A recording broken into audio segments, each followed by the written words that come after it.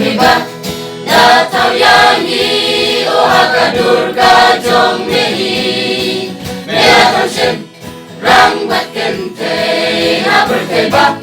Inya syong lang hadu bame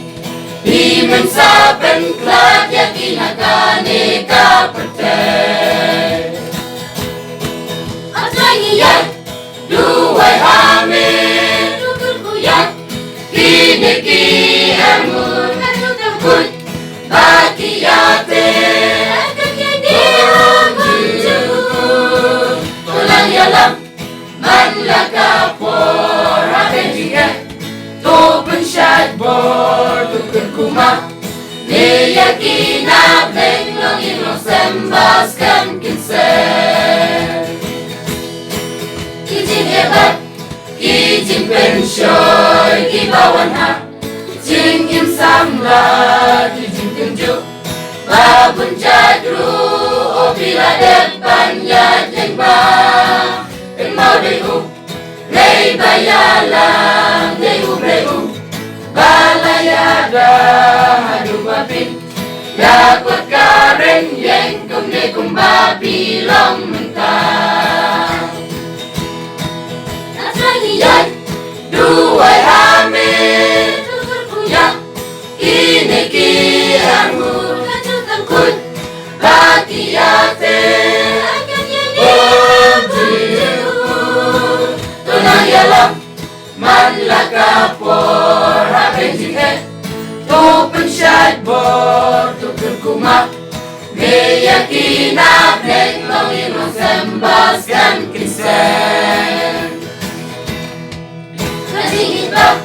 Skur batatlem Daya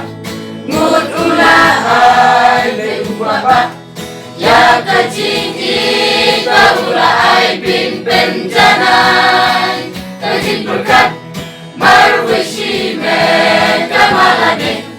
Lade bangklen Lodingenge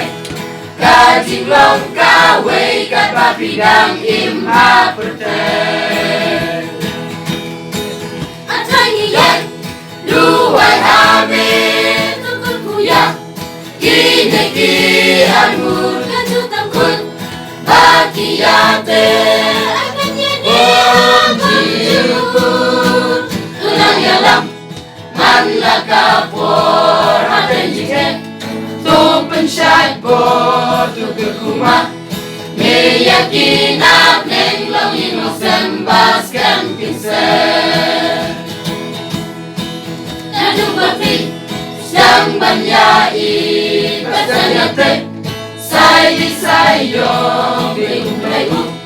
Balayalang Ban mentatin kala ulong Tuyay kemau Dia ublay Batu pendon Kurang yau Kambal kalong Ying long sem trong Vì căn nhờ đèo yaki Jing kerhu Atrangi yak Duwai amin Tukur kuyak Kini ki anggur Kacutan kut Baki yate Menjemput Tunang yalam Han lakapor Hapen jinghe Tupen syad bor Tukur kuma Meyakinap Lenglong ilong sembaskan kinsen Atrangi yak Duwai amin Tukur kuyak Kini ki anggur Kacutan kut Baki yate Menjemput Tunang yalam Man lakapor Hapen jinghe